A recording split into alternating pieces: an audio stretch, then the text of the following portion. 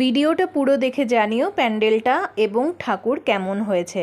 এইবার নিয়ম মেনে কোনো ঠাকুরই দেখা হয়নি, না দুর্গা পুজো না কালী পুজো, কিন্তু কোনো জিনিস কিনতে গিয়ে কিংবা হাঁটতে গিয়ে যেটুকু দেখতে পেরেছি তার মধ্যে কিন্তু এই প্যান্ডেলটা আমার সবচেয়ে বেস্ট লেগেছে। তার মধ্যে ঠাকুর কিন্তু খুবই মিষ্টি। তাই তোমরা পুরো ভিডিও দেখে অবশ্যই জানিও তোমাদের প্যান্ডেলটা কেমন লাগলো।